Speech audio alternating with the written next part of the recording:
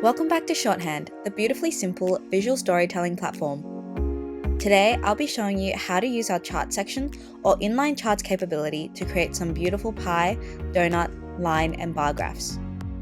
Data is only half the story. With charts, you can transform numbers into narratives and present visually engaging and compelling stories for your annual reports, internal comms, educational resources, and more. First, I'll show you how to create an inline pie or donut chart. Then, we'll build a bar chart as a full section and use the frames feature. And finally, we'll combine a line and bar chart with tips on using text blocks, imagery, colors, and more to create something truly captivating. For this tutorial, we'll be using a hypothetical non-profit annual report for Hearth Food Bank and some made-up data to build our charts. If you're following along, make sure you've got your own data ready in a CSV file. You'll be needing that soon. Alright, let's dive into it. Starting on your dashboard, open an existing story or create a new one. To add an inline chart, go into a text section and click Insert Chart. Then click on the chart icon on the top left to edit. First, you'll need to import your data. We're importing a CSV file with data on meal distribution by country for this example. Once your chart appears, you can start to customize it. Click the cog at the top of the column and switch the chart type to donut or pie. Then, as you go down the editing capabilities, you can choose to add inline labels near the outside, center, or inner circle. You can also play with the label formats. Switch to percentage, which is what pie charts are traditionally formatted in. And you can change the overall color and opacity of your chart. Making changes at the top level affect the whole chart. For detailed control, go to the cog in each individual line of data. Manually change the value if you'd like. Choose to hide the section. Move the label, or change the color. You can also revert all changes at the bottom here, or use Ctrl-Z to undo any small changes. Once you tailor the graph to your liking, click out to view or preview your final pie or donut inline chart. Now let's take a look at the full chart section to build our bar chart. When you add a new section, scroll to the bottom of the section picker and select Chart. You'll see some default data appear. Similar to inline charts, click Edit Chart Data on the top left to begin customizing. The key difference here is frames. Each frame on the right represents a different view of the same chart, and you can scroll between them.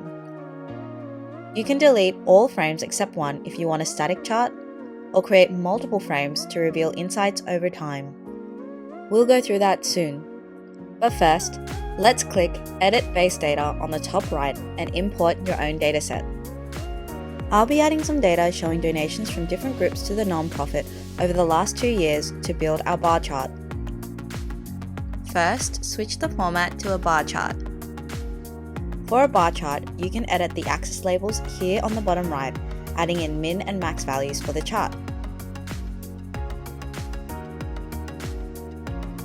And then customize just like before.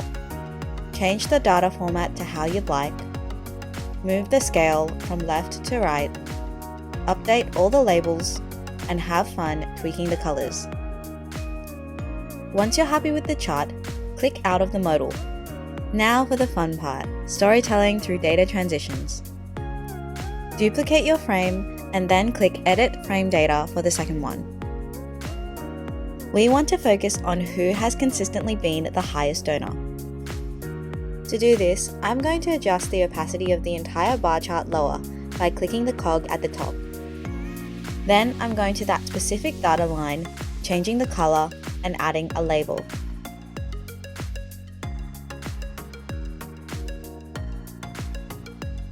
Now I can click Done and preview how as the reader scrolls, the chart will animate smoothly between the two frames.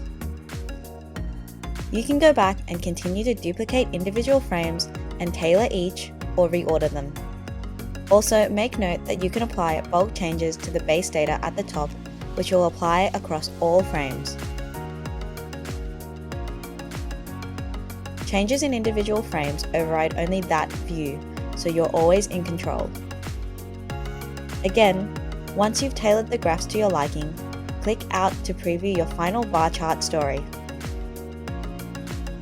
Now for our final chart, we'll be telling a story with a combined line and bar graph about fundraising efficiency over time. Again, add in your chart section, upload your data, and now switch the chart format to combine line and bar.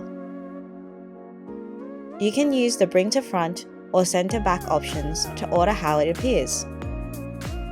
Like before, duplicate and configure your frames to emphasize different data points or tell a story with colors, opacity, labels, and more. With more complex data, you might choose to add accompanying text. In the editor, as you scroll through each frame, a text box should appear. Add and format your text as usual and move the box to the left, center, or right to align with your graph. Now when readers scroll through your charts, they'll find context elevating the data story you're telling. Finally, here are a few more pro tips.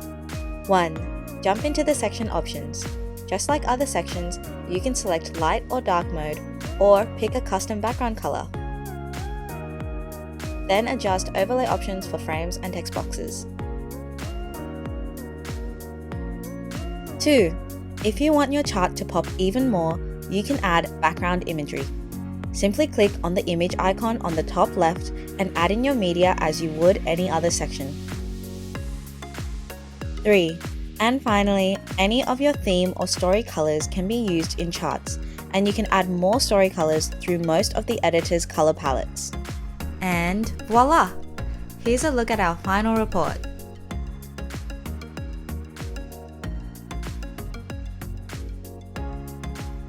Charts is incredibly flexible.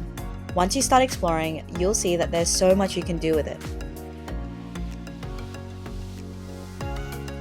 But that's it for today. Now you can start creating some powerful, captivating charts in Shorthand. Whether you're revealing insights one frame at a time or adding a single inline visual, you can use charts to help turn complex data into compelling visual stories. Subscribe to Shorthand for more on the craft of visual storytelling.